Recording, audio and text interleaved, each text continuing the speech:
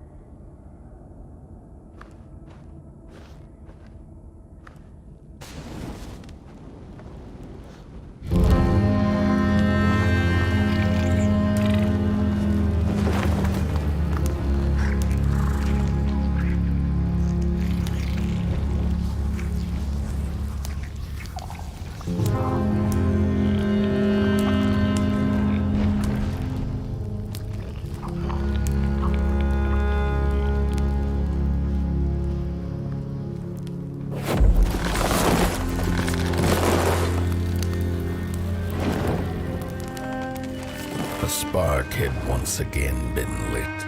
It was told that for the being who kept fire in their heart, all darkness would vanish. Nevertheless, this long night seemed endless and fraught with perils.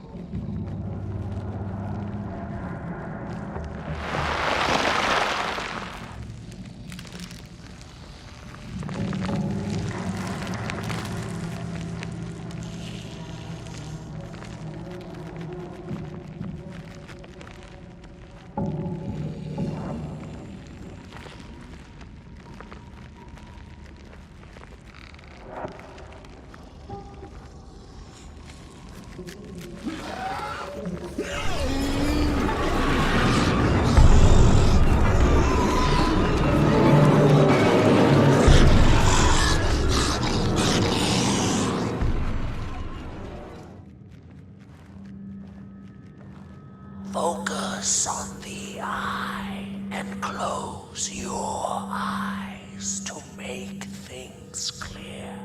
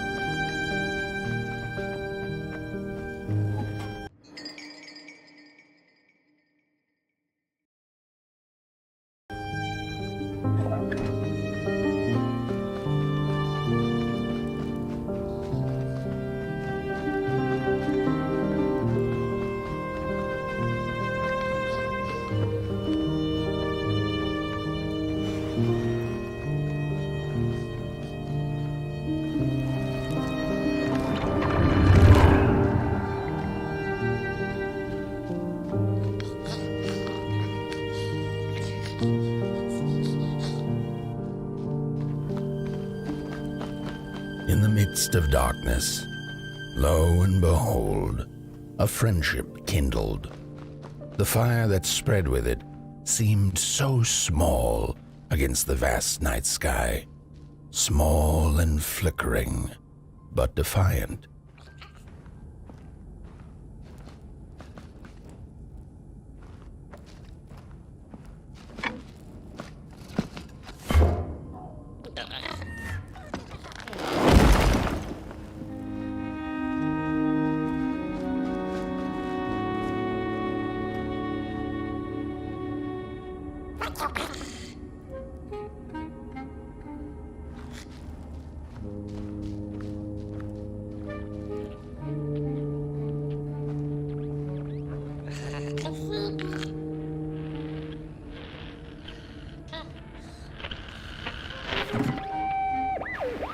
With wire, clay, and fire, the craftsmen built the foundations, followed by the trees and the rocks. And after them came little houses for us tiny ones to cower in, for existence was so big, so vast, that without a roof above one's head, one could have fallen straight into the skies. And yet, with all that stuff, they didn't know what to do with us. So I reckon that's why they built the Midnight Walk. For us to wander, for lack of reason.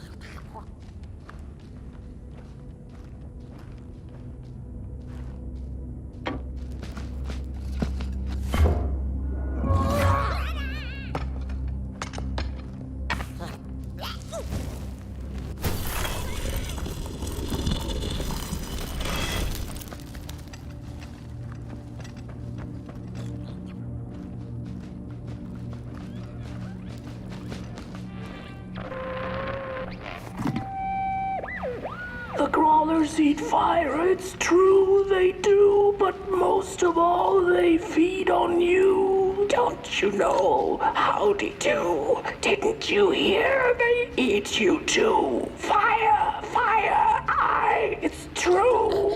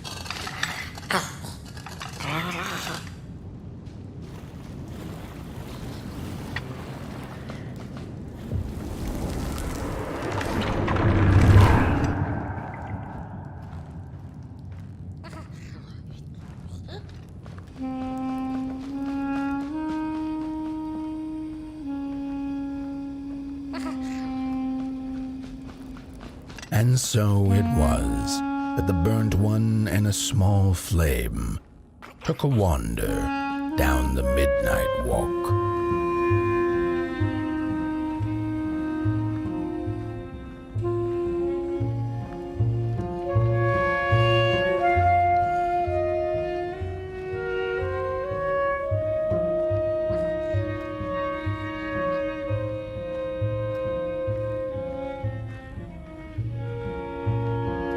In the closing nights of this era, a wandering flame. How rare, a little pot boy. This is already the end. Your pot boy, the last ember of the work table that was. You are destined to carry this torch to Moon Mountain. It is inevitable. We must all partake. Your purpose burnt into clay. Your pot boy must spread his fire.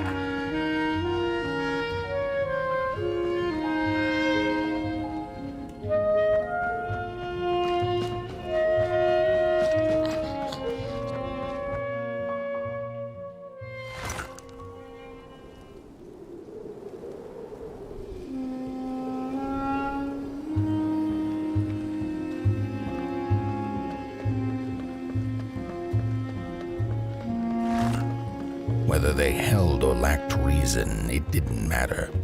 When times were dark and winds blew cold, there wasn't much left to do, and it was quite enough to simply put one foot in front of the other.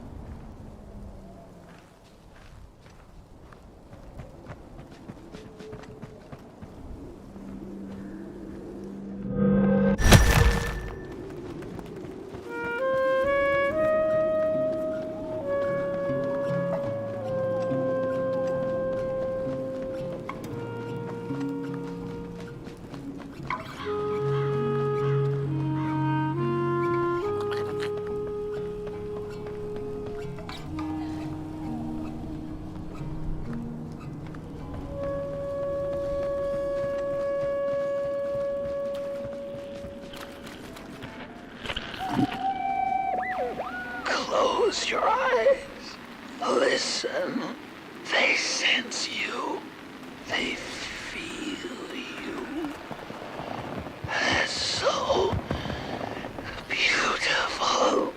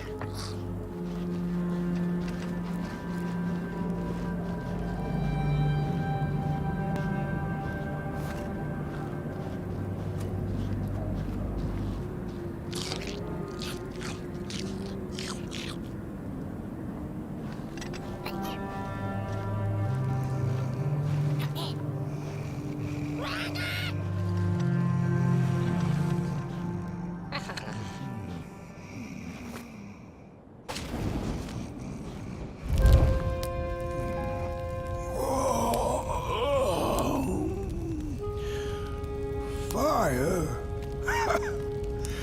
Hey, I'd almost forgotten how it felt. And salutations, burnt one. Fancy meeting one of your kind here. You're the caretaker of this little firecracker? I reckon you must be headed for Moon Mountain. Am I right? Well then, on one hand, it's just a matter of walking down the road. But then on the other, the Midnight Walk has a mind of its own, and a mind to teach its rider a thing or two to boot. So if you are intending to walk the walk, you better... Ah, how's he? Didn't see you there. So glad to see you back on the move. And as I told you, it ran away from its owners. It's been waiting for the right passerby ever since it ended up here. Well, heck, don't let me keep y'all.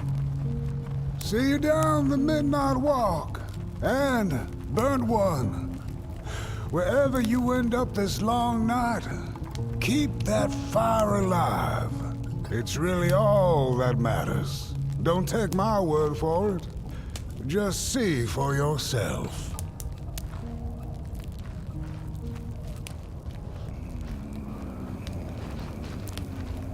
Some folks certainly know how to talk the talk. What you lack in talk, burnt one, I trust you make up for in walk.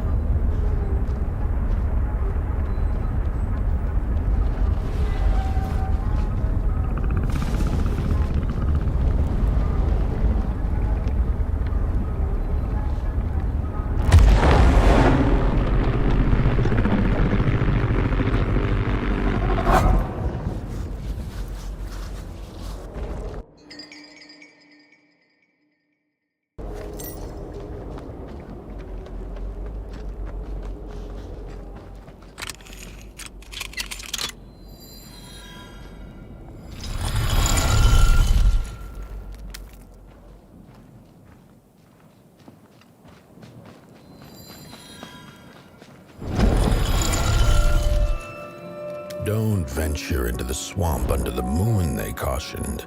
There, wild eyes watch, and itching teeth yearn for succulent heads like ours. Gone are the bodies of old, and they can no longer shield us from the terrors.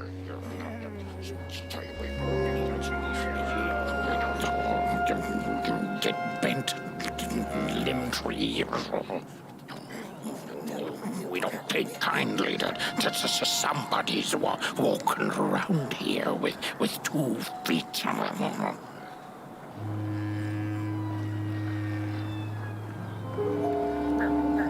Don't touch me, you limb tree. Get bent, limb tree. No, don't touch me, you limb tree.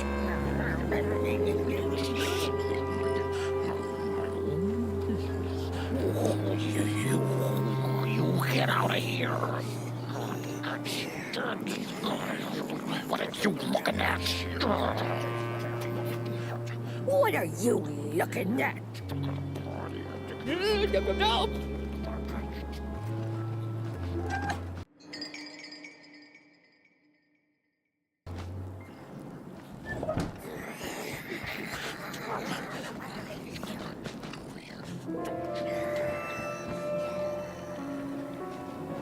Oh, look at this fancy stick. It's my favorite stick in the whole wide world. It's the best one in my collection. I got no better stick than this stick. Can't believe I found this stick. No, my stick! Give it back! No! Oh, my stick! My favorite stick! Oh.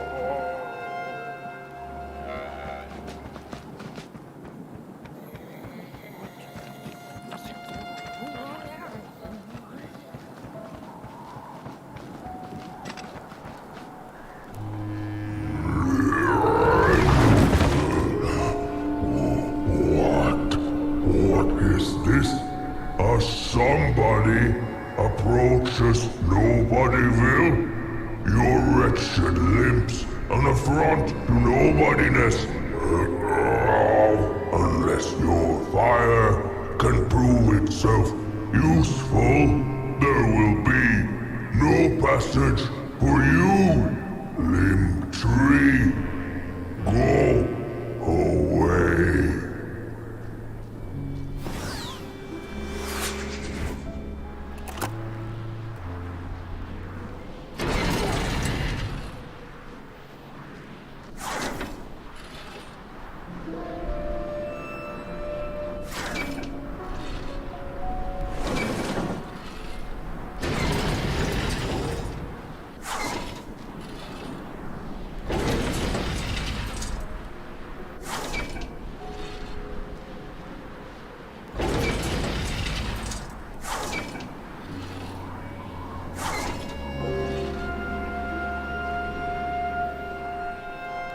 If you light them all, then maybe.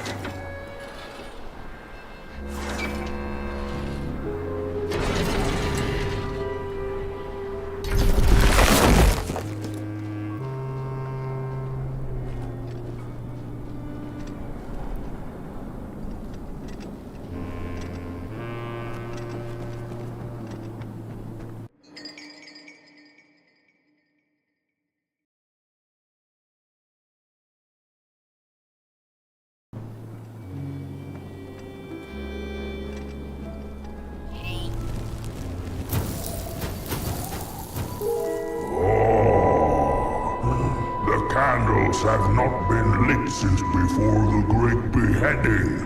Now fire is back. Maybe fire can help us with our Molgrim problem. The headmaster will decide. Enter, then.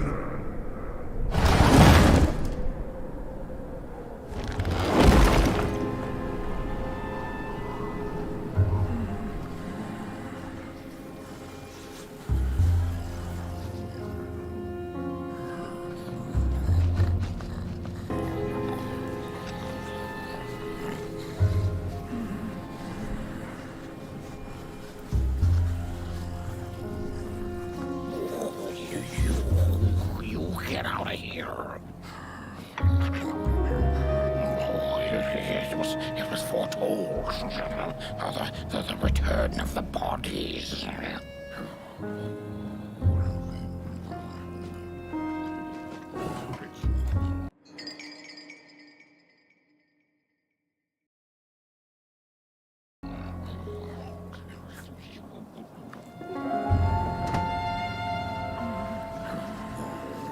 We don't take kindly to somebody's walking around here with 2 feet, arms and legs. So uncivilized.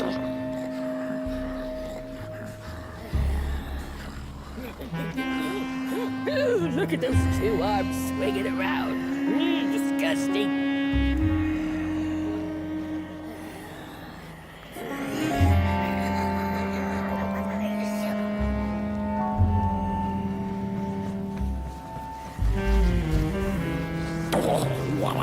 What do you think you're doing here?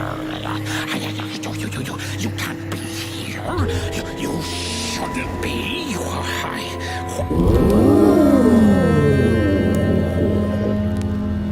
True fire. We nobodies haven't been graced by its warmth since the bodies were banished. They used fire for war. Yes. Now once more, somebody disturbs our peace and sets fire on things with its tiny fire devil. You must leave at once. Leave or face our...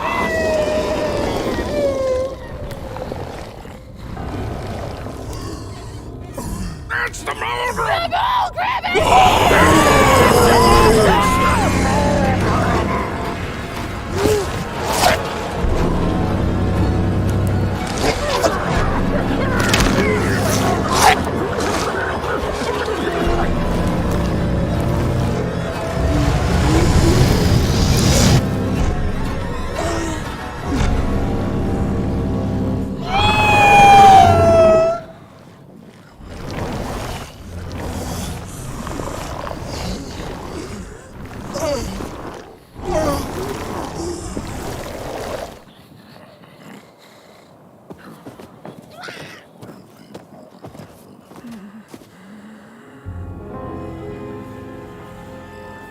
I guess I'm the headmaster now.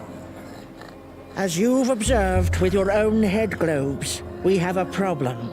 It is called the Mulgrim. The Mulgrim. Recently she has become bold, moving ever closer to Nobodyville. You should help us get rid of her. Yes, get rid of her. Tame her, just make it stop. And by the powers suddenly vested in me, I will, shall grant you passage through our fair Nobodyville. Here, take this.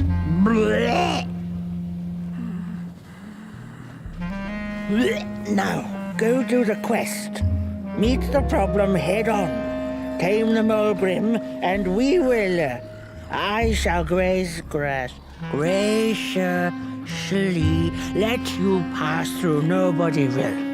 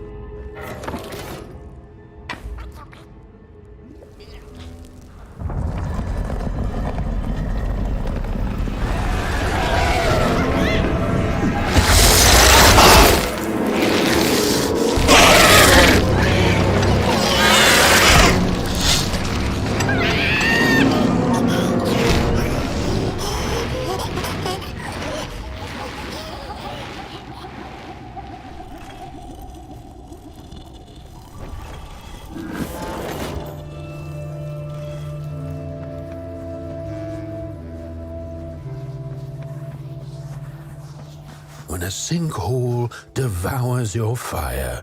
Give it up or dive in after it. An old swamp saying.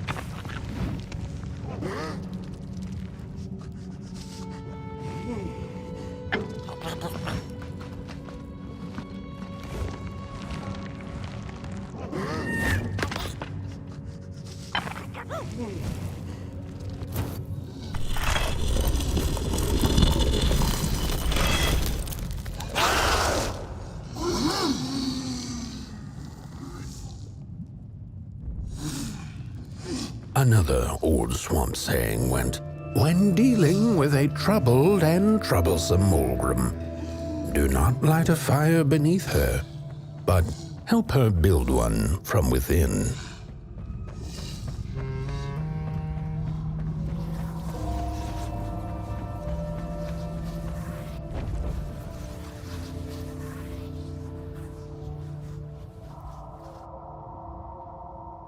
Oh, my neck hearkens the anguished howls of the Mulgrim, and the bitter patter of feet. A somebody and its flame, albeit a small one. 'Tis enough, perhaps. The Mulgrim's precious shards, they must be returned to her lair, to her cauldron.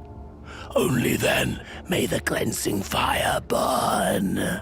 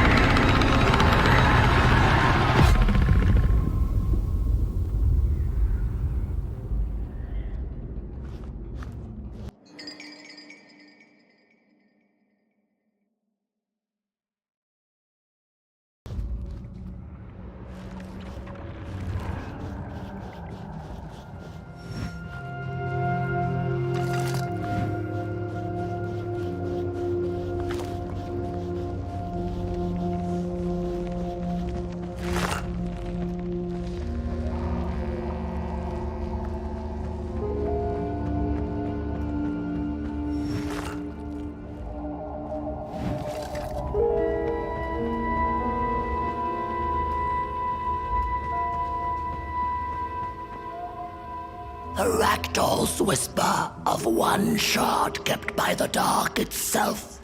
Another was stolen by the greedy moonbird up in the hilltops. The last one, perhaps the cowardly head knows.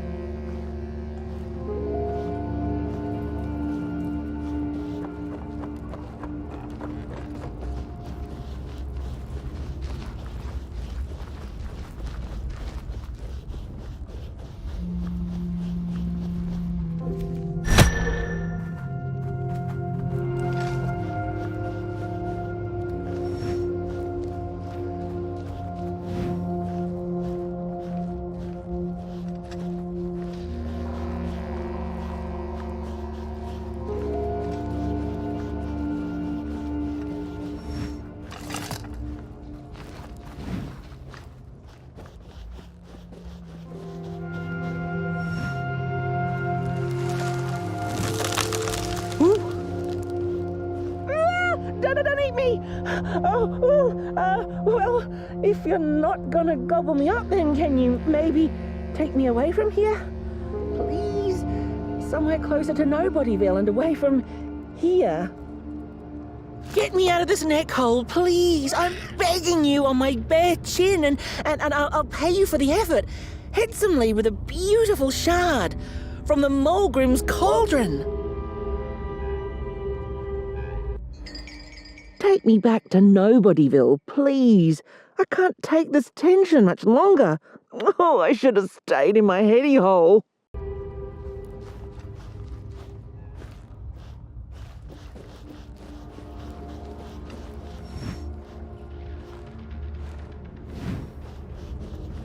She's here!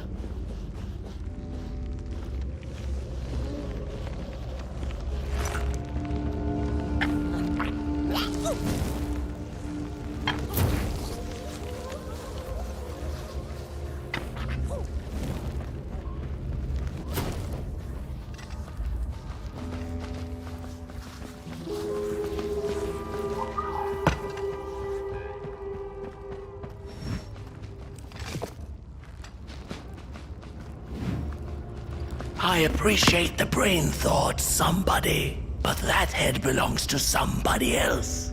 Oh, you must take us back to Headville, outside the swamps, from whence you came.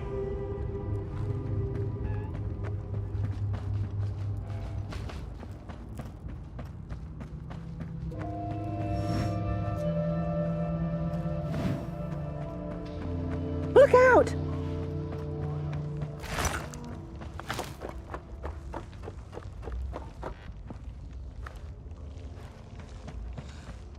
Watch out!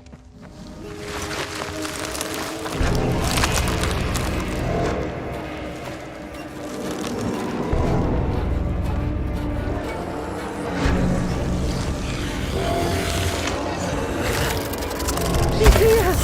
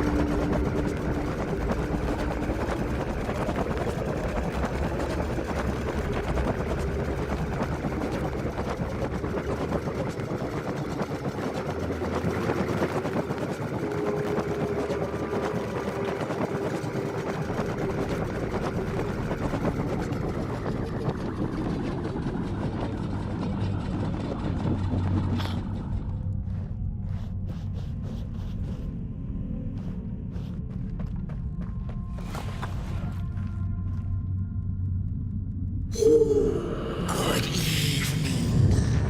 Or is it morning or afternoon? Hard to tell without a sun, isn't it?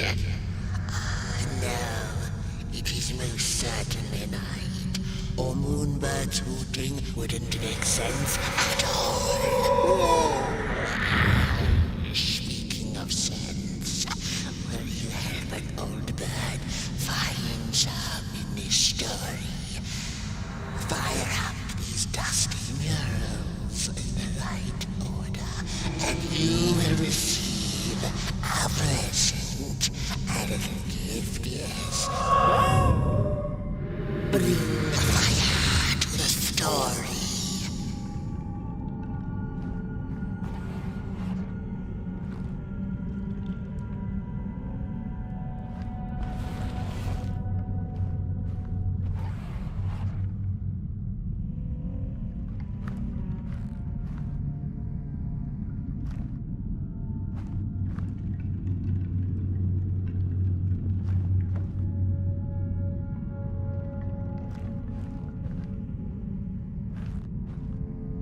Once upon a time, the Mogrims lived in peace.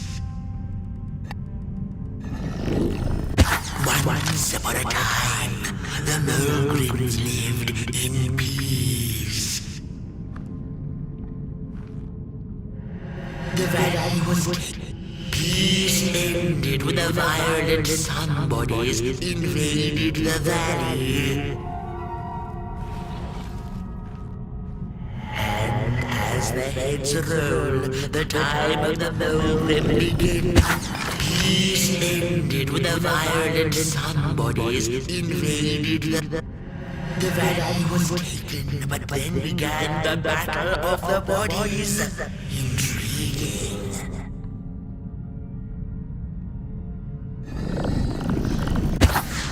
The valley was taken, but then began.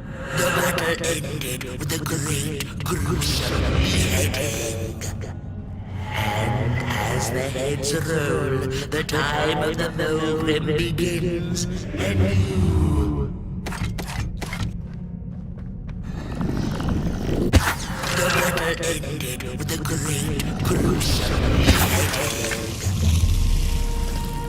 For time immemorial, the Mogrims had lived in the valley in peace, sharing good eatings and howlings around their fire, which they had inherited from the skies.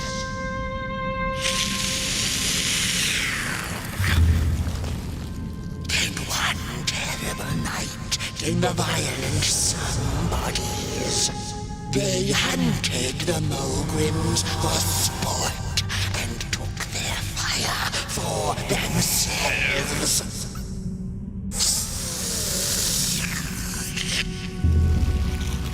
But the somebodies knew not what they were dealing with, for as soon as they held the fire in their grubby hands, they began to fight one another with it.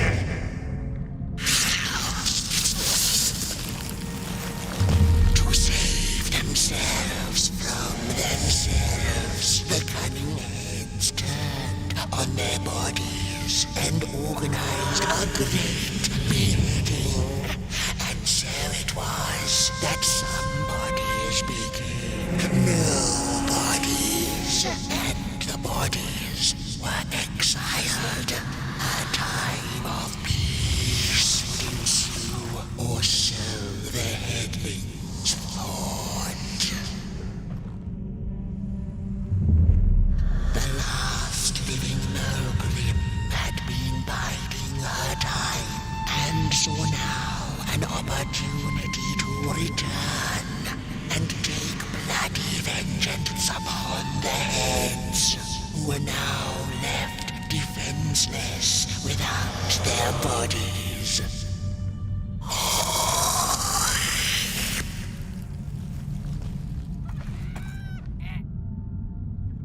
The time of the Mogrim begins anew.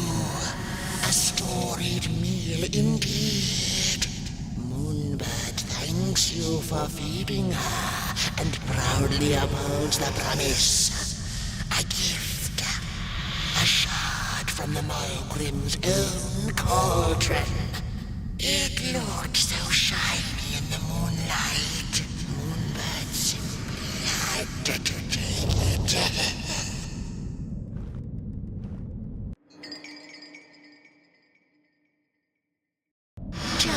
For now, she'll see you in the light.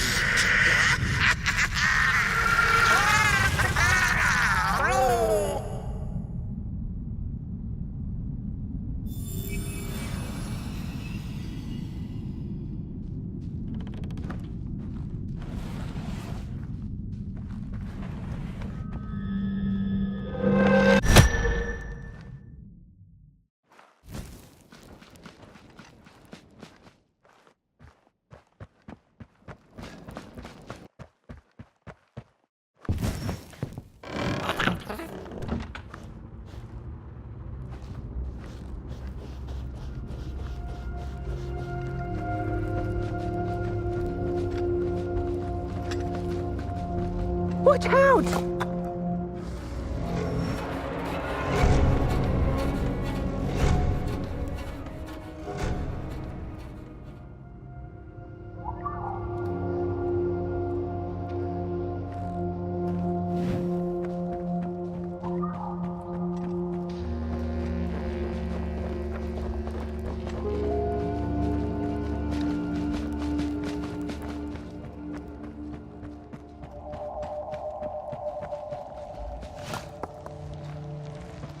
Look out!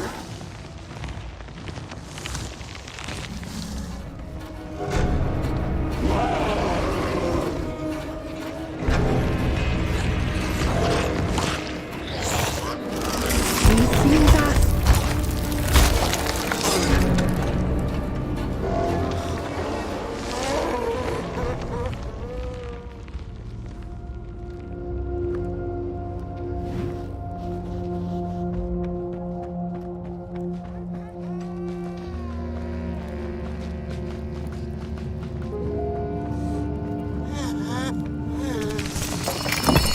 He sees us.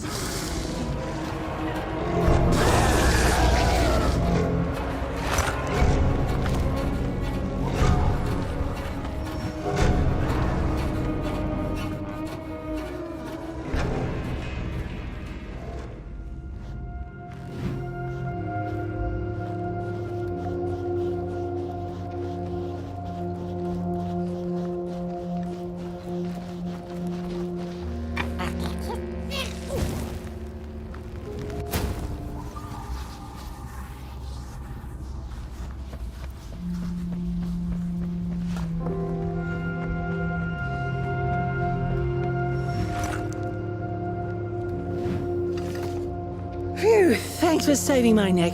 And I think I have a reward for you. A real treasure. Blech.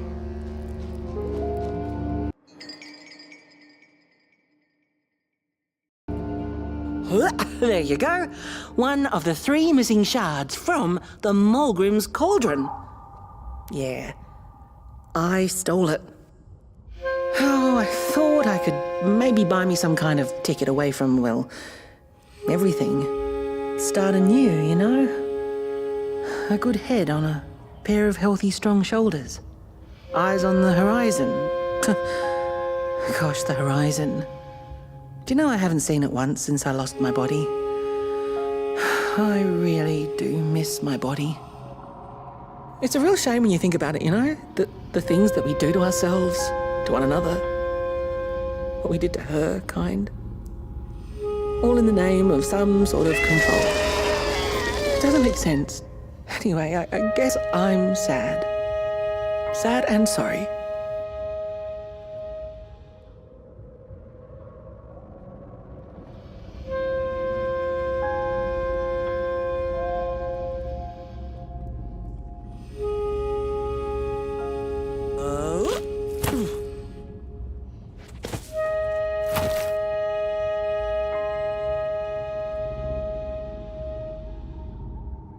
Hey, thanks. You're a great listener.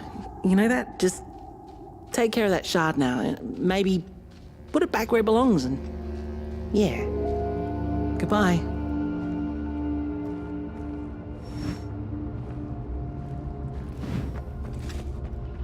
It's easy to lose one's head when everything you love is either gone, broken, or dead. Yet another forgotten swamp saying.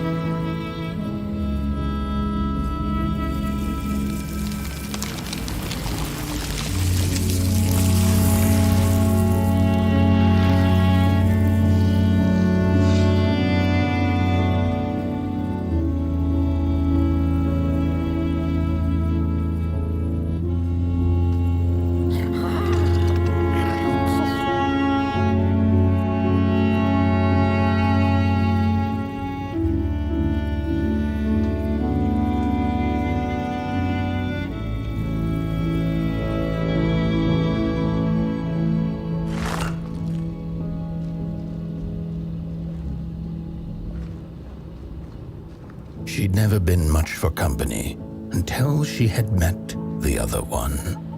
He had shimmering scales, an appetite for life, and carried a faint scent of rotting leaves she found irresistible.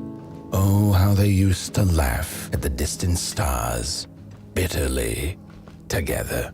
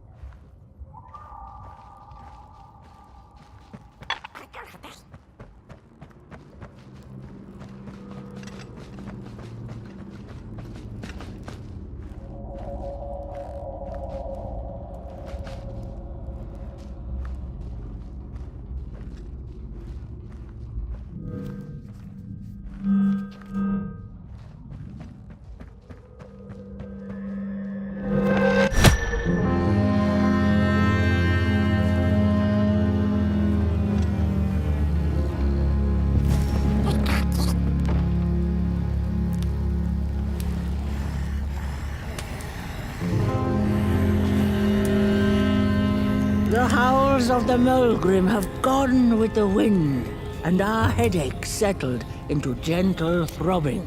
Thank you, somebody, for you have not only graciously saved our necks, but also demonstrated the value of brain mass and heart blob working together. Could it be time for the bodies to return? We must convene on this matter, and you and your wandering flame must now leave through our gates and keep on walking the midnight walk to Moon Mountain. Moon Mountain! Here you go, somebody. This key will open the town gates. Blech.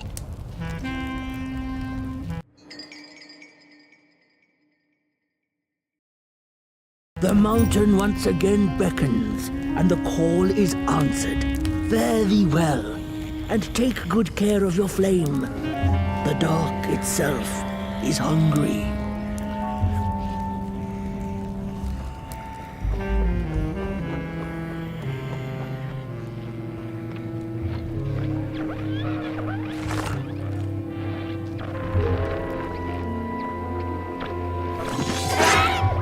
Mind over body! Mind over body!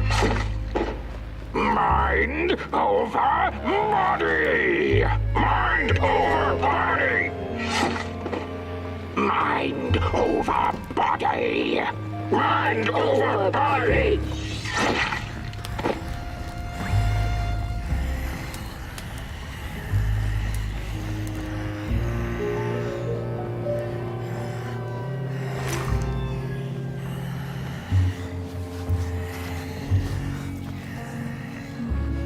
The bodies might be returning ahead now.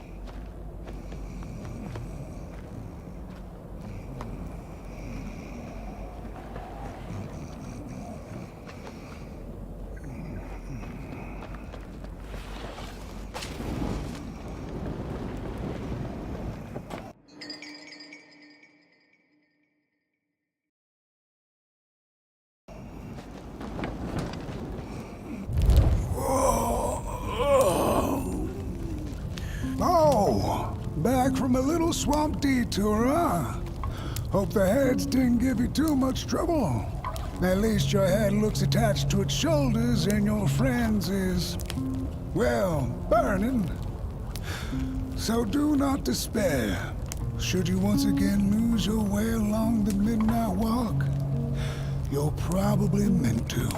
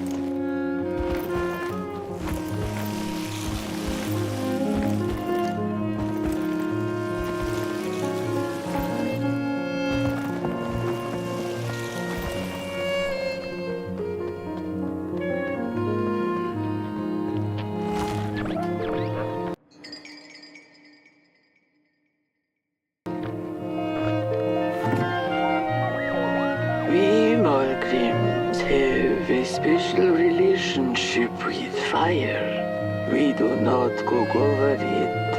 We do not shed tales around it. We care not for its warmth. Ours is a different connection entirely. Fire is our window to truth and into the world beyond clay, to which we must return. We are noble beings, bringers of bugs, slime, and mushrooms to help decompose the old and to bring about the new. We are the caretakers of this world, and woe be to those who seek to end us, for they seek to end themselves.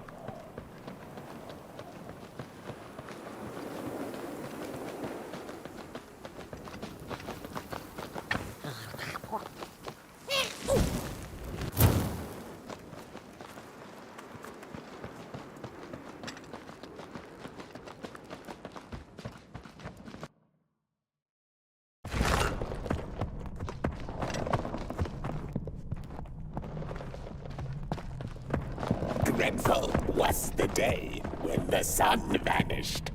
The waters dried up, birds went quiet, and the dark itself seeped unchecked into the work table as the cold, chewed paper moon rose over the mountain. The night that followed would be long as the midnight walk.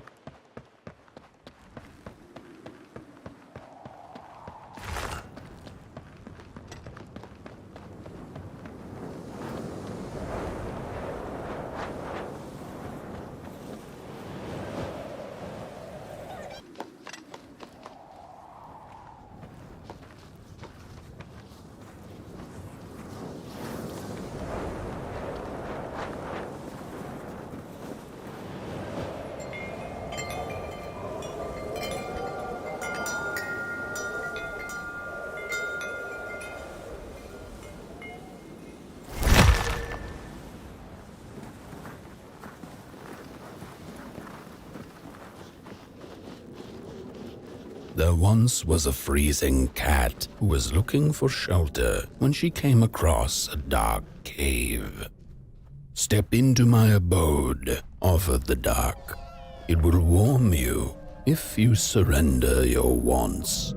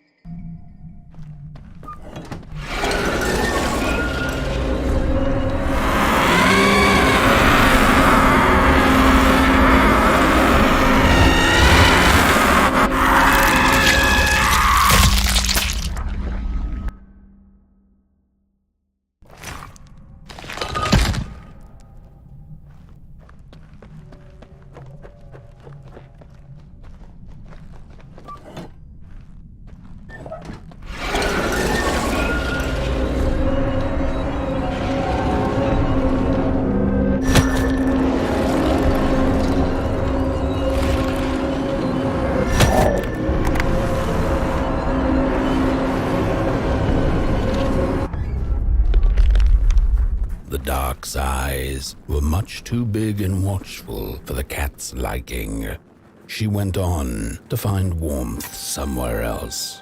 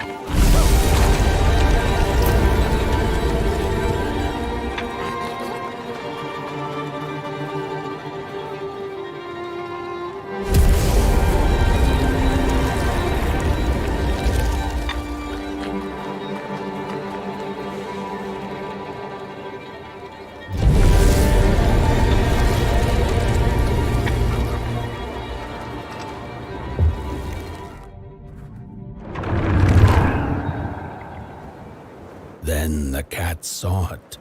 Rooftops piercing the sky. Approaching the town, she was greeted by a crone. Come, kitty, kitty, you must be tired. Sit in my lap. Share your soft fur, and I shall warm you for a spell.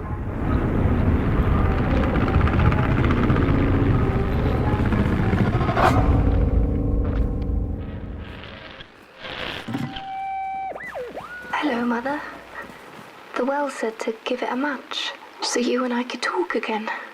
I hope this works, because that was my last one, and well, it's cold now. But it doesn't matter. We can finally talk after everything. So, how are you? Do they have fire where you are? Not the hellish kind, I hope. Is Father there too? I think you should talk to him again. I know it doesn't seem like it, but I know he loves you still. I love you. Still. I can't feel my hands. I can't feel anything.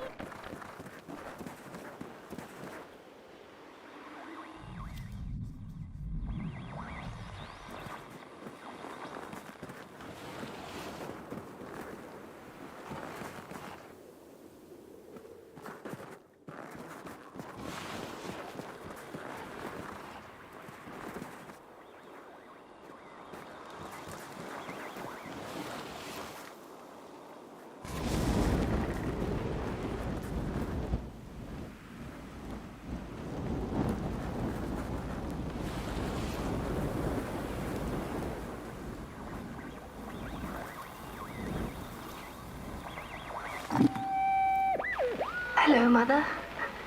The well said to give it a match, so you and I could talk again. I hope this works, because that was my last one, and well, it's cold now. But it doesn't matter. We can finally talk after everything. So, how are you?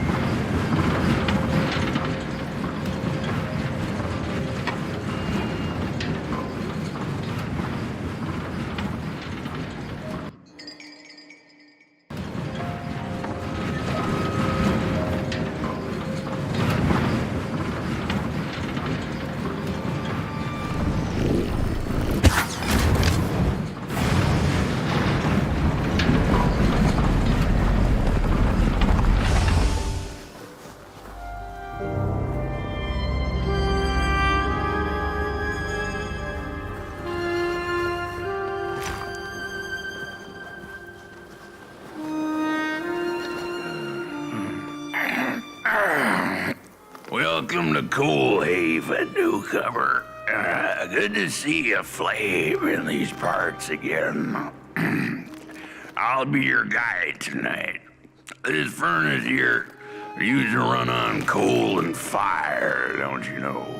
But a thief stole all our matches, wasted them in greed, you see.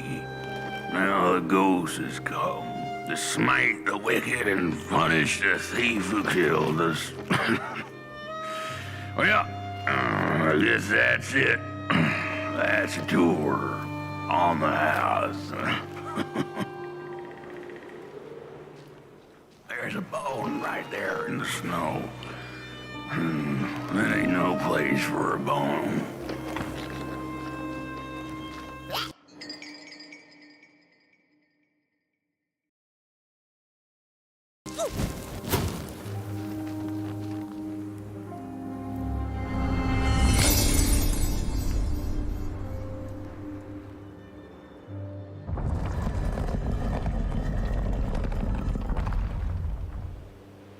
Oh, do you feel that?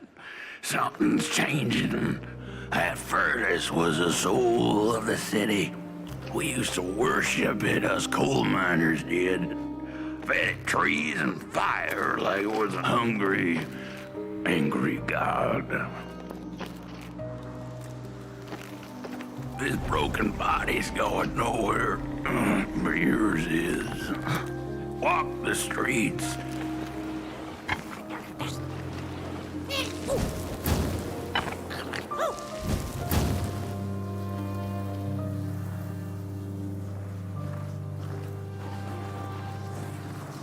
The cat didn't like the crone's crude pettings. Her hands tugged at her fur. Now, rest still, the crone said, as she pulled out a crooked knife. The cat was quick and escaped just in time.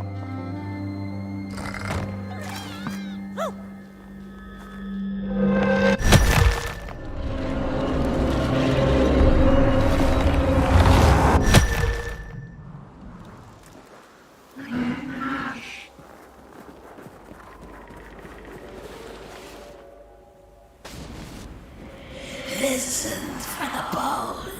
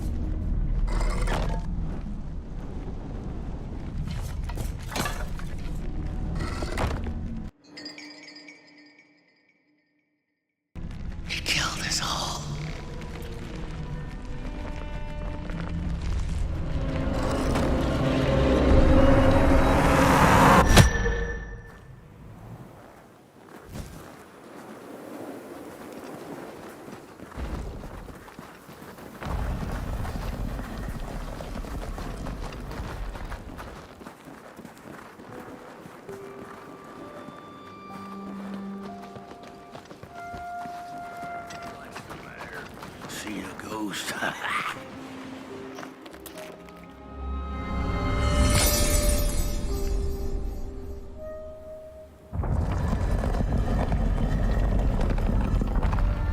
The thief loved the stars. Would have plucked them out of the sky if it were possible. But the dark itself stole her stars, turned the thief's sky as black as a cup of joe.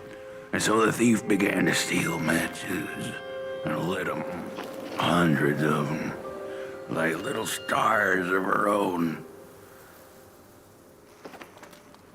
The crooked path to the house on the hill lies over. Wherever she sought warmth, it had a price. The miners needed the cat to get rid of the rats, and the vicar wanted her protection from bad luck. Bony hands reached out from all around her, trying to grab her. The bird matches lead to the house. Brothers and sisters, hunt down the thief. The matches. Follow the bird matches.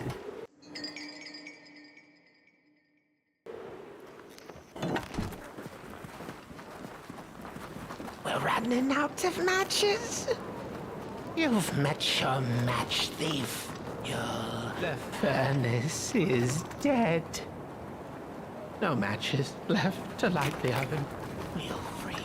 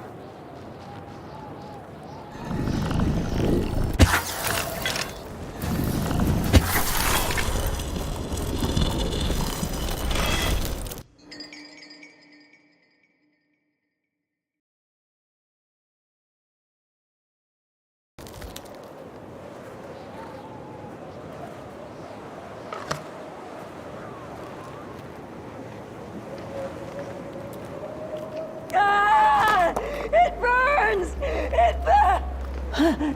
What's... Oh, this isn't my body. The fire, did we snuff it out? Where's... Did I save them? The house. It's ruined. Well, it wasn't supposed to go down that way. They locked the door, threw the key into the woods. Huh. There was so much anger, and now there's nothing. This body is so uncomfortable.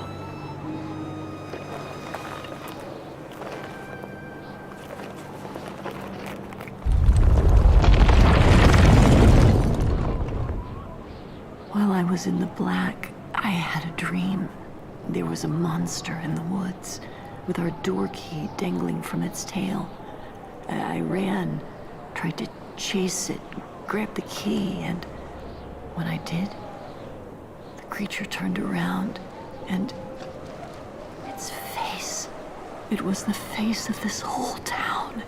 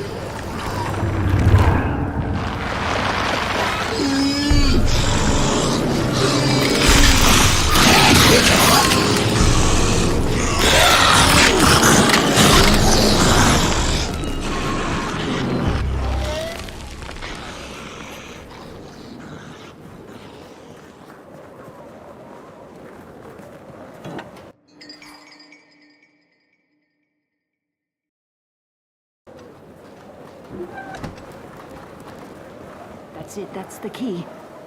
Unlock the door. Please. I want to see my home again.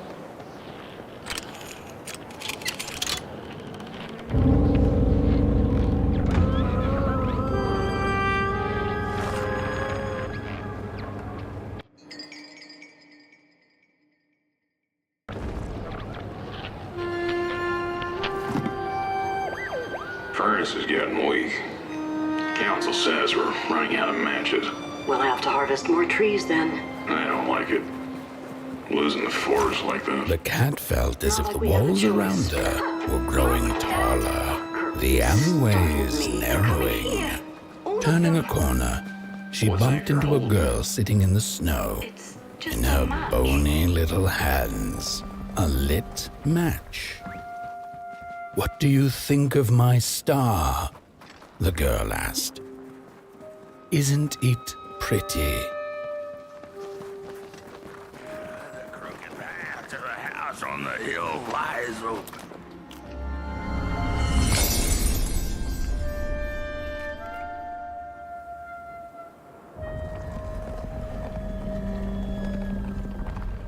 With no matches left, we couldn't light the furnace. And the thief paid a terrible price for her burning greed. As the furnace died, one by one, so did we. But before we perished, the dark itself moved into our hollow husk, turning us cold and wicked. If I had a heart, I'd feel great shame for what we did. I'd feel great shame for what we did. The old man feels it too. Should have been long dead with the rest.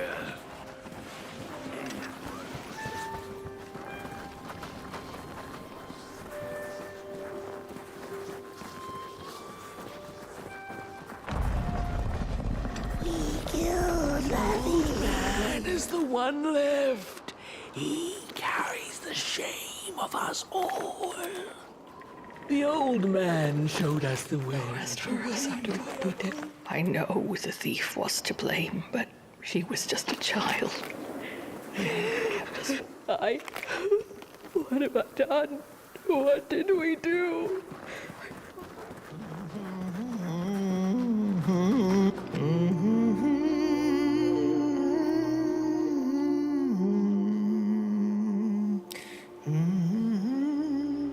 Oh, that voice. What I wouldn't give to hear her sing again. Those sweet, sweet tunes like fallen leaves of the trees that were. Such a waste. Such a shame. I wish I could hear her sing again. Just once. Just once. Oh, I know she stole from us. I know what she did to our town. But she could sing. This town's not much without fire, no. But it's even less without song. If I could just hear that lullaby one last time, I know I'd be able to move on.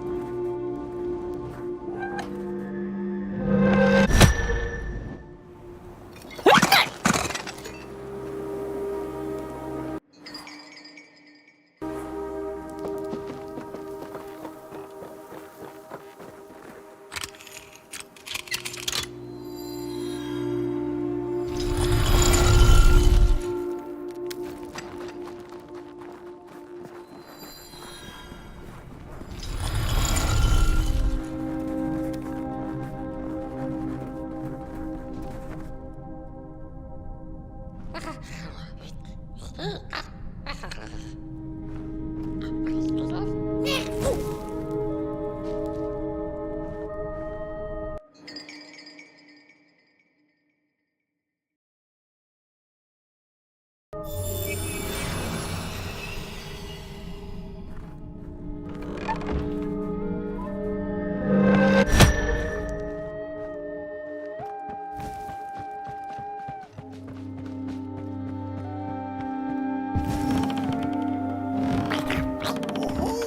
burnt one. Little flame, you found it. Does it still keep our song?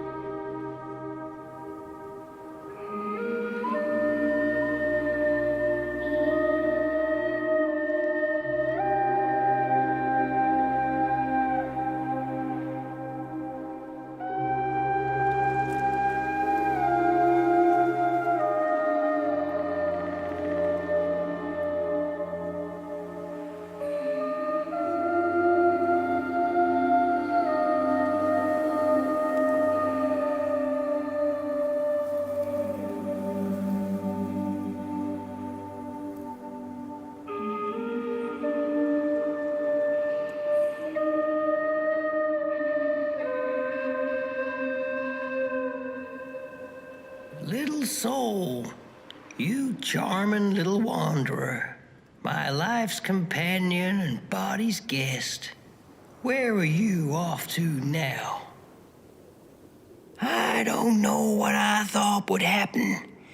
I feel a strange warmth, but just as coal runs deep in the earth, so is the shame a part of me, mine alone to bear.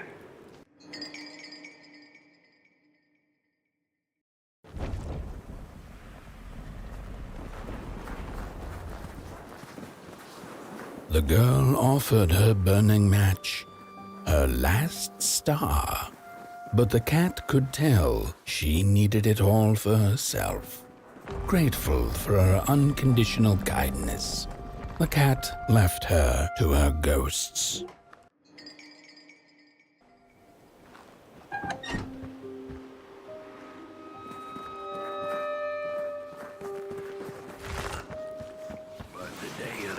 Shall come in the day.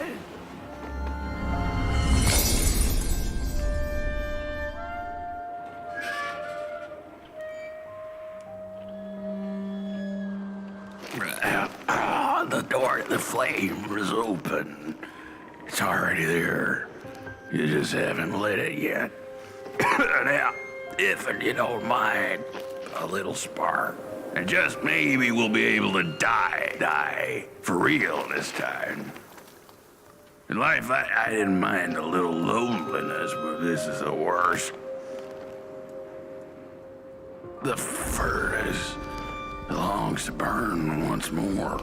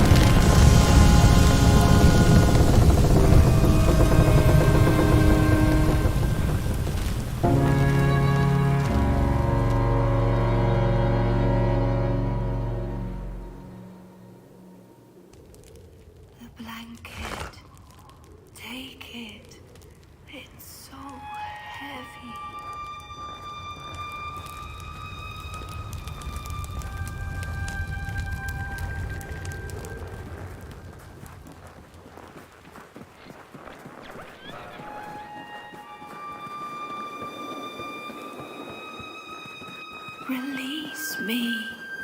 Remove the shroud. Light the match. The match. Light it. Please. One last star. Light the match. Thank you.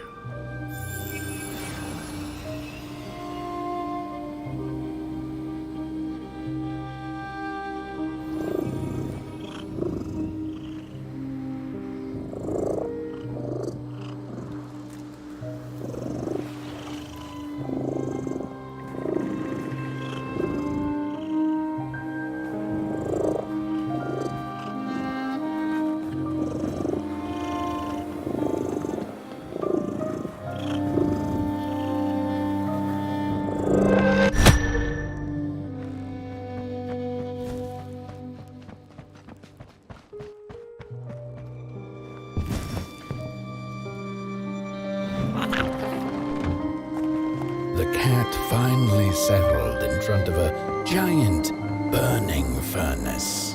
In its bright flames, she could glimpse a dark future. This did not matter to her, for now she was eternally warm and at peace.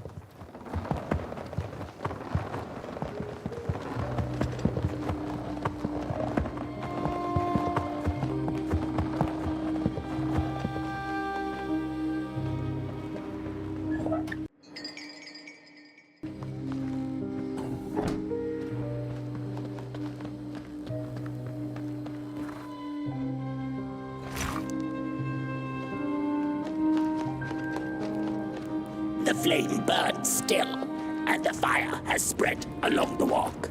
The cold takes its toll, and Potboy's flame flickers. But it is still enough for the climb to Moon Mountain, to light the final fire. The road always leads to Moon Mountain.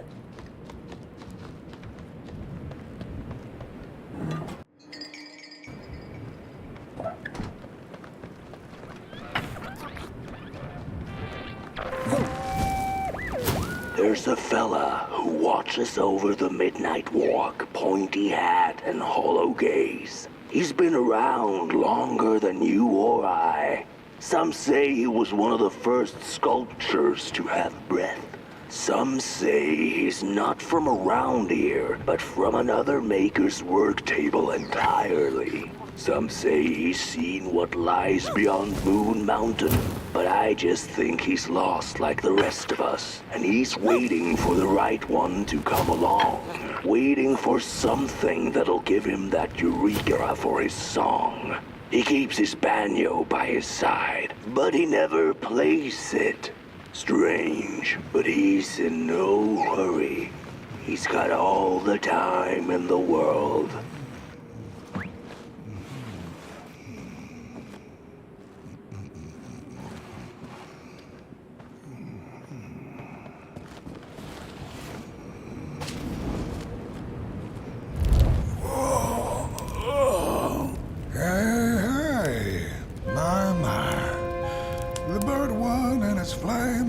The road's been long, hasn't it? And it just keeps on going, don't it? Why don't you rest here for a spell? Change is in the air. Warm winds coming in from Coldhaven. I trust you're not pushing that little flame of yours too hard. He is mighty, no question about it. But between you and me, he still has a ways to go until Moon Mountain. Heck, it ain't my place to tell you how to tend your flame. I'm sure you'll be fine. You'll be just fine.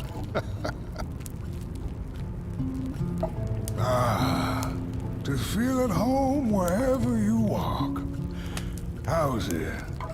What a friend to have on the road, huh? Now, there's an open door invitation, if I've ever seen one. Go on in, then. Get some rest. I'll keep watch.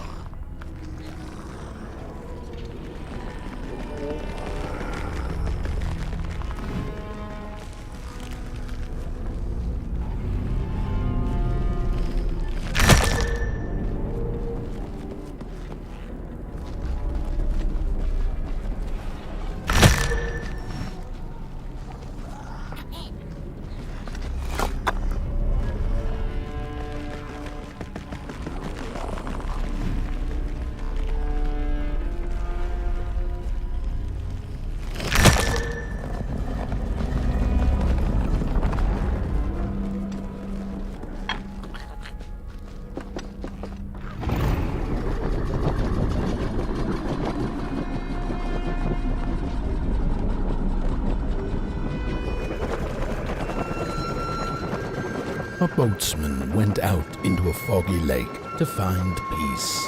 Then, out of nowhere, came another boat that bumped into his.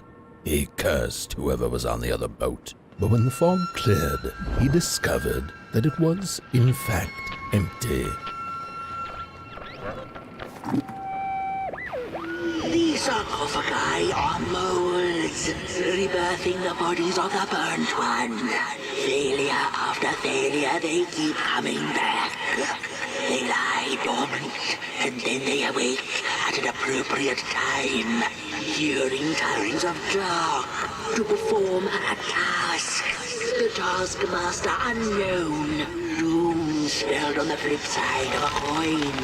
Equal dolls in a dollhouse made of matches.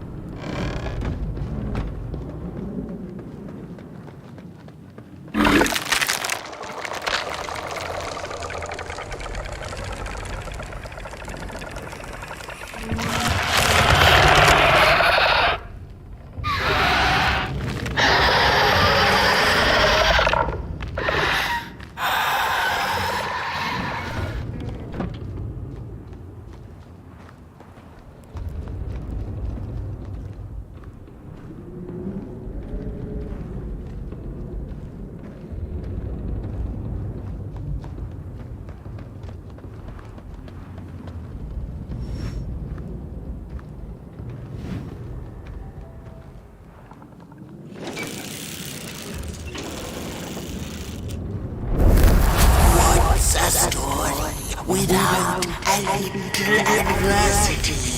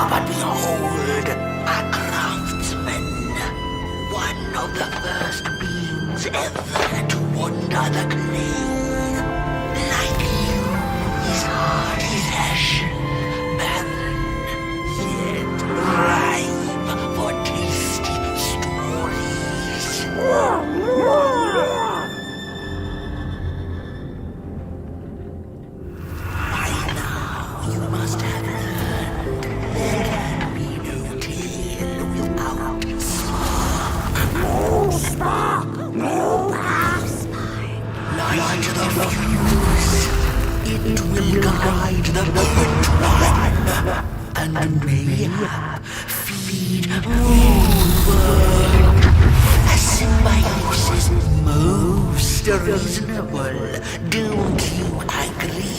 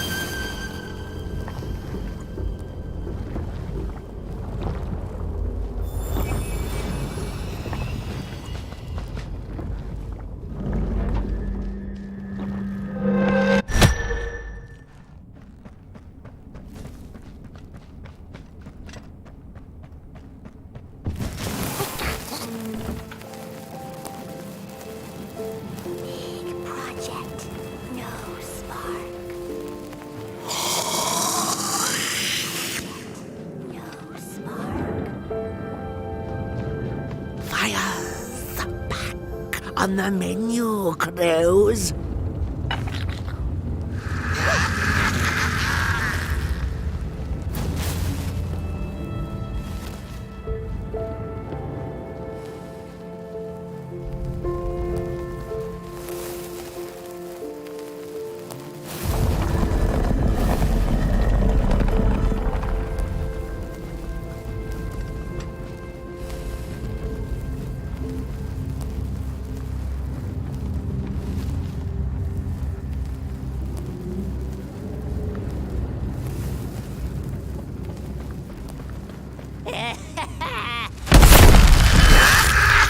I see you.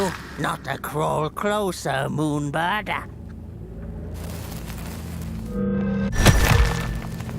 Avert your greedy gaze. The moving pictures are not for you.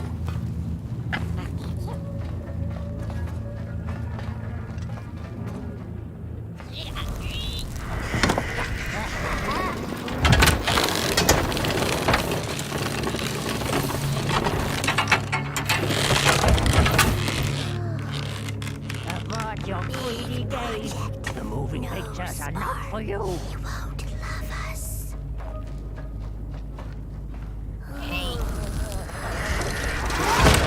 Liar, eyes on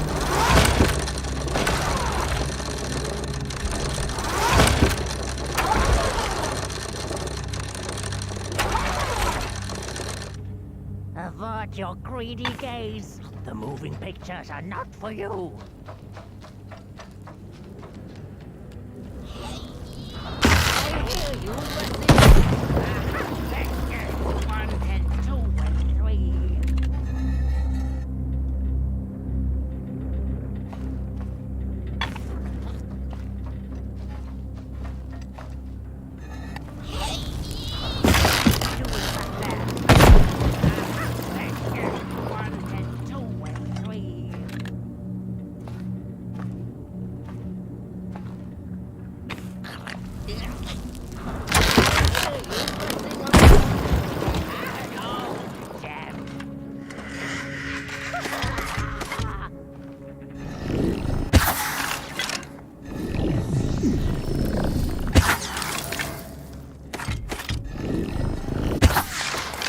Of the dark everywhere.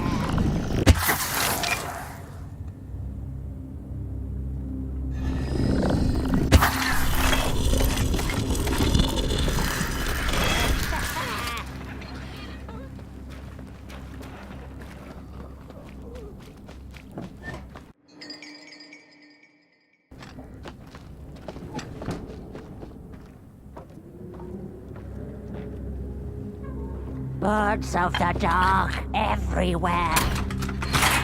The pictures. They are moving again. Forbidden. It is forbidden. It is forbidden. Hush, no talking in the theater, fools.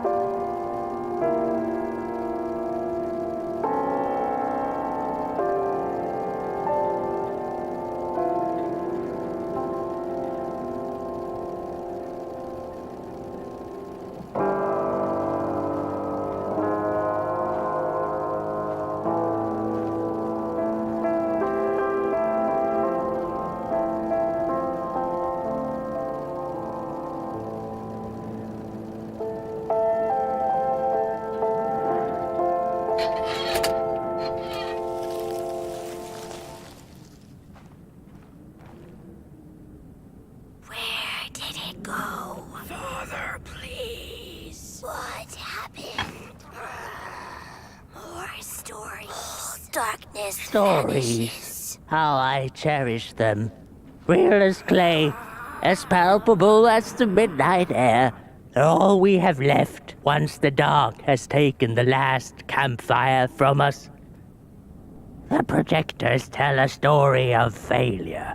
The craftsman projects it onto his creations. He keeps building without love for his craft. He needs to see it. Well, yours might not be a movie I would watch, but a story is a story.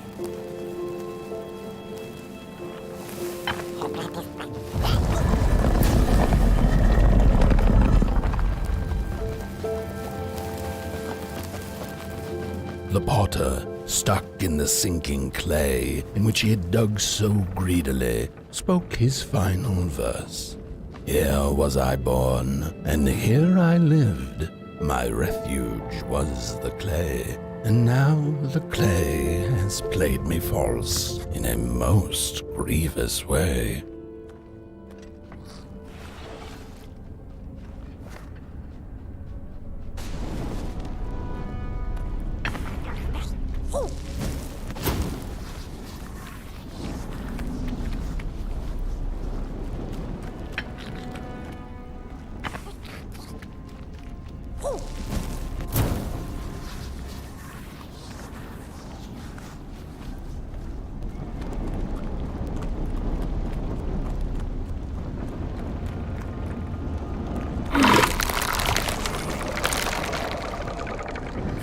Blind explorers discovered a sleeping beast. Each of them touched it and described it to one another. Its skin is coarse, said one. No, its ears are big, exclaimed another. The teeth are its most prominent feature, declared the third. Who was right or wrong mattered little, as the beast awoke and ate them all.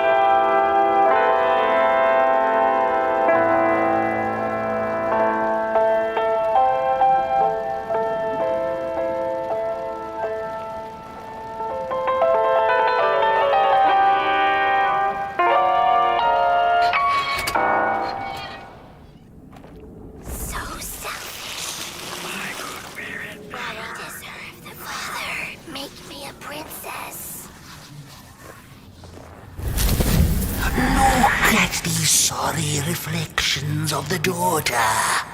None of them will ever dance, ever feel the warmth of their maker's heart. They can never be enough.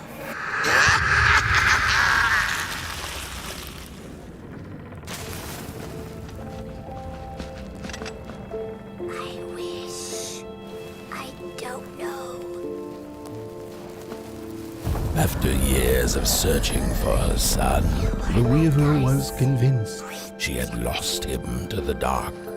One night, there came a knock upon the door. "It's your son," said a voice. "Please let me in." Thinking this was some cruel spirit come to mock her grief, she remained silent until her son gave up and left, never to return again.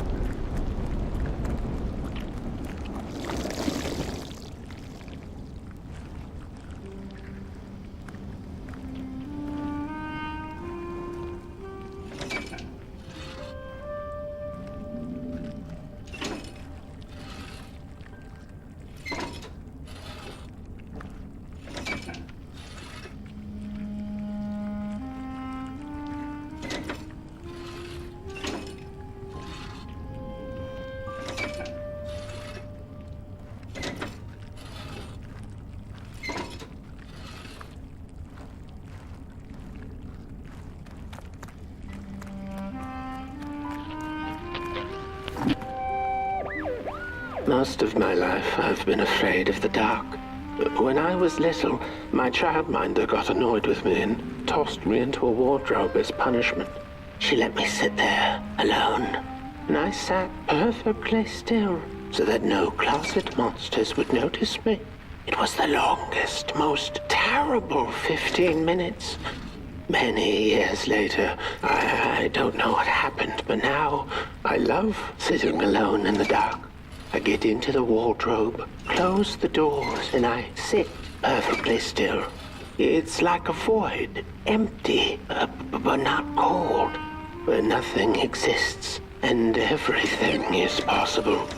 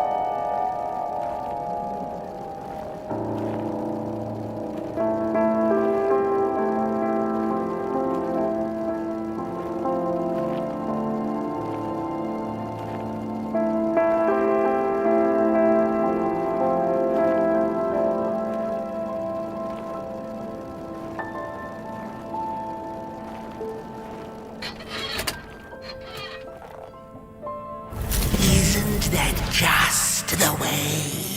The father hoped the daughter would fill his heart with fire, failing to see that she needed a fire of her own.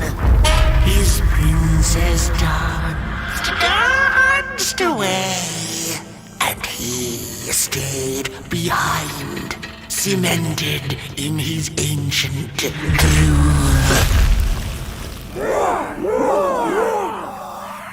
The heart is a bottomless pit, never sated, always craving for more.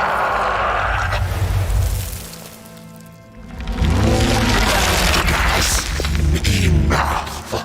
Keep on walking the midnight walk then. Don't run all the way to your infernal doom. She will be there to gobble up the empty souls.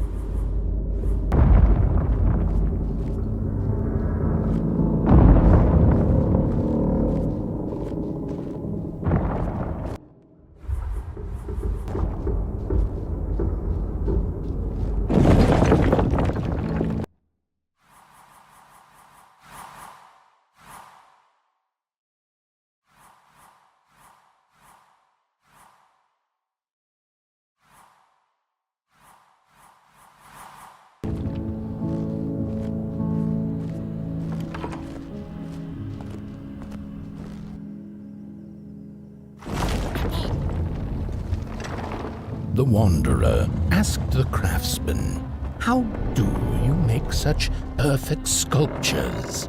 To which he replied, "Oh, there's nothing to it really.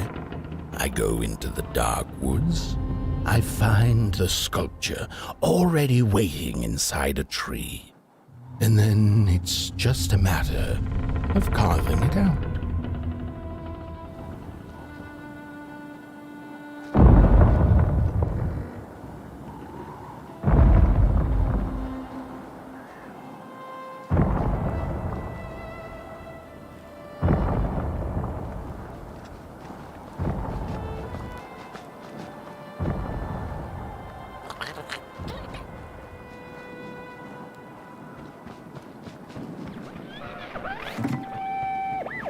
When I was a child, I exchanged letters with a monster in the woods.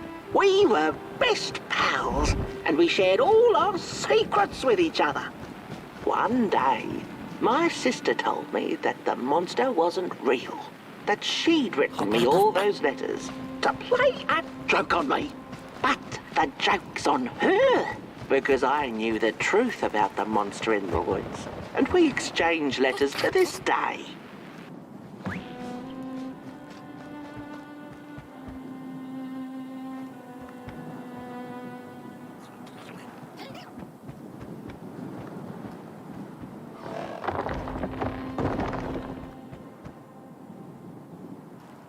Hark! Not very far now. Not very far. The flame longs to be free.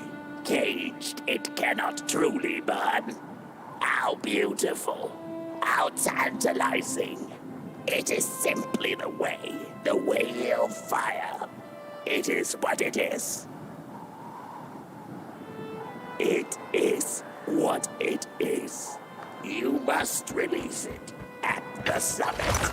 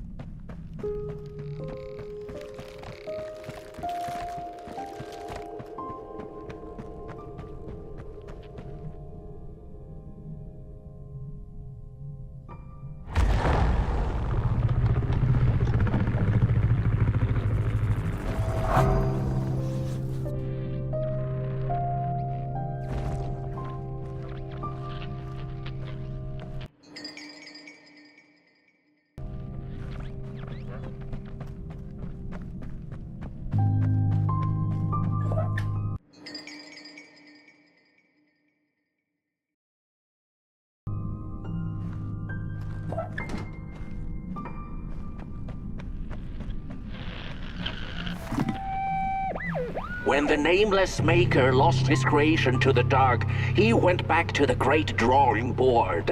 In his desperation to regain control, he made an attempt to sculpt the face of the dark itself, something he thought he'd glimpsed in his nightmares.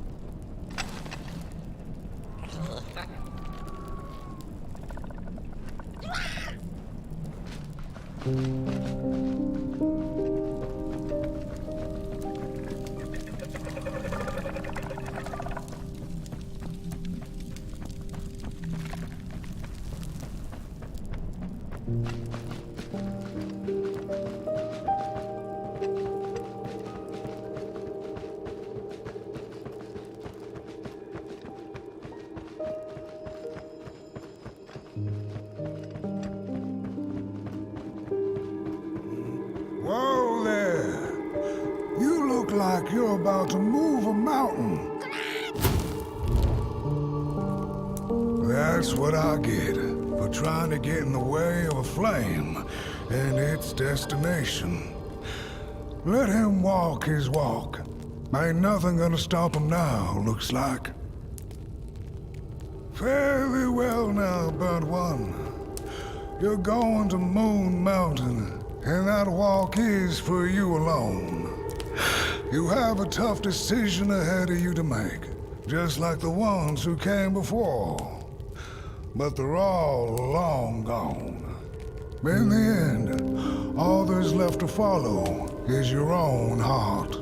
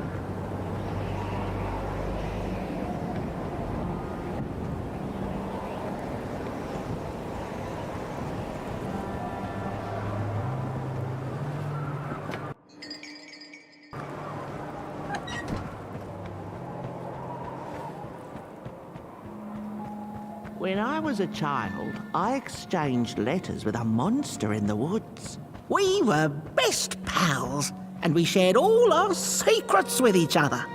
One day, my sister told me that the monster wasn't real, that she'd written me all those letters to play a joke on me.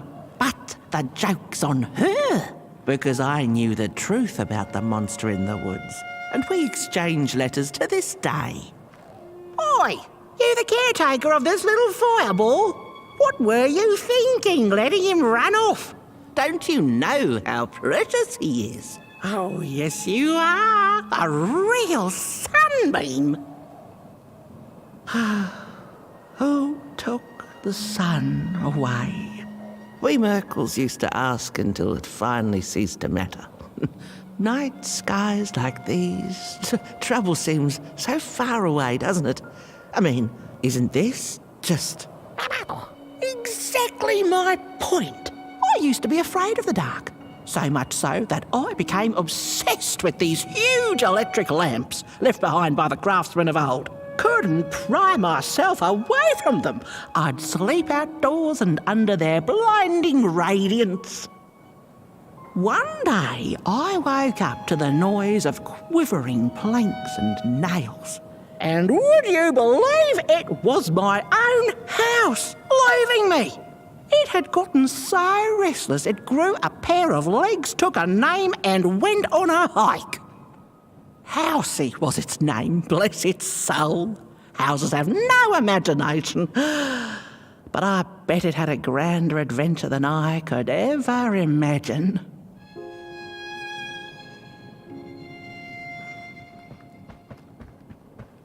This little flame is your home, burnt one.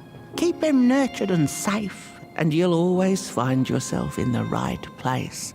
Through the rain, in the dark, and over Moon Mountain. Look at those stars burning like so many candle lights.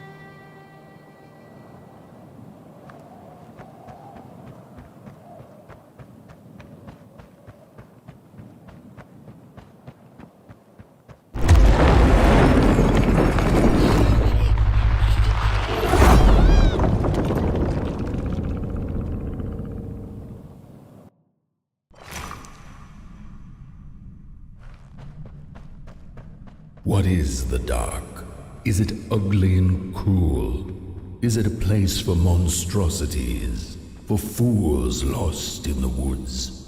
A terrible void where all your nightmares come true.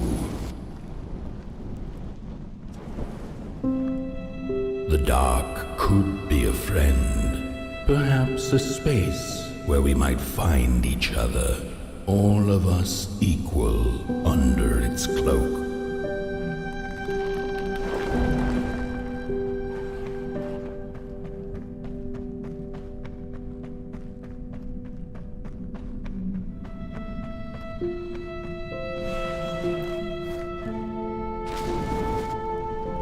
The dark could be an embrace and the release of the old, like taking off a tight shoe, laying bare one's feet and taking a first step onto a new adventure.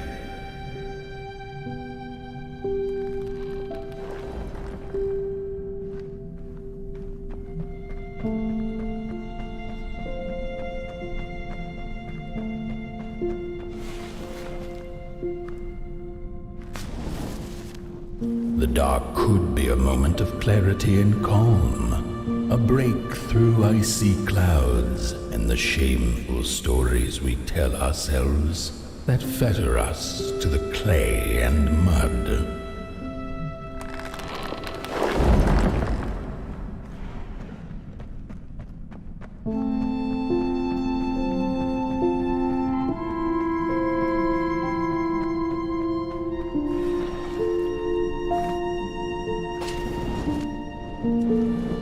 The dark could be the space and time that we need to recover from the death of a dream and the quiet promise of new beginnings waiting on the other side of grief.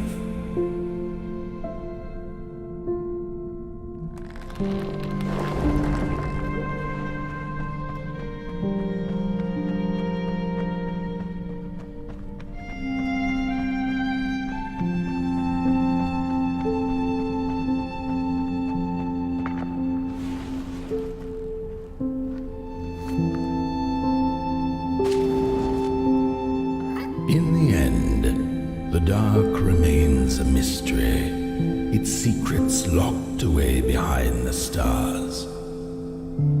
But one can rest assured that it is always there, watching, patiently waiting for us to enter it, with fire in our hearts and with eyes wide open.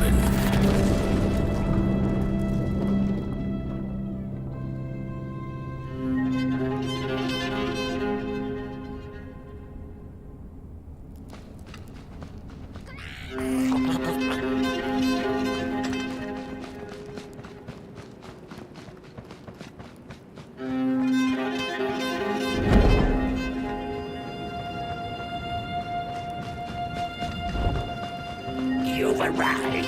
Hark! Your fire is dying. But the last embers will light the final fireplace and send your pot boy home. Can you do what you must? Naturally, you must. It is destined.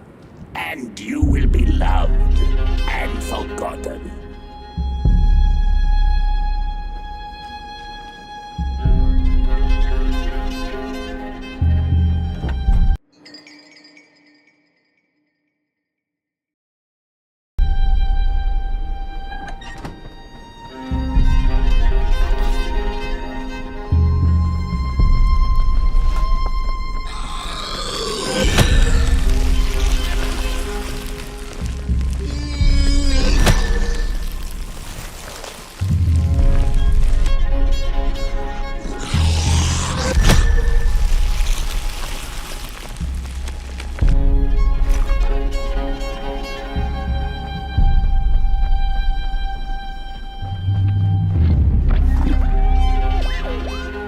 First two-legged beings did prosper under the first sun, but it didn't matter how much they bathed in its light. They craved more.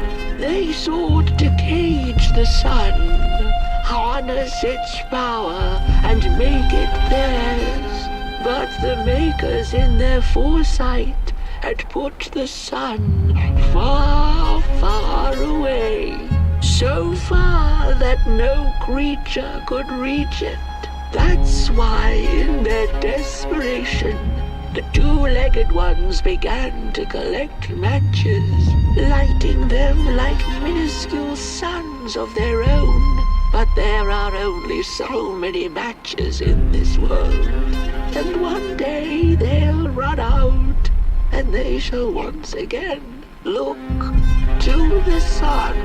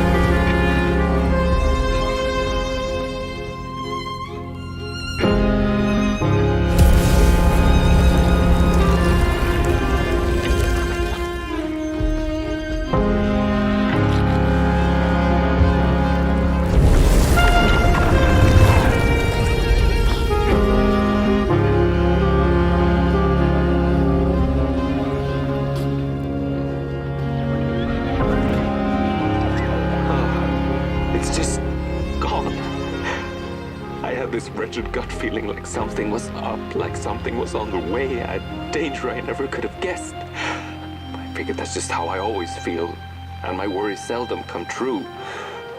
And now here I am, and I have been for some time now, and it just won't come back. I'm thinking, while I had it, I didn't know what to do with it, how to care for it, enjoy it. But if I had it again tonight, I'd probably waste it all over again.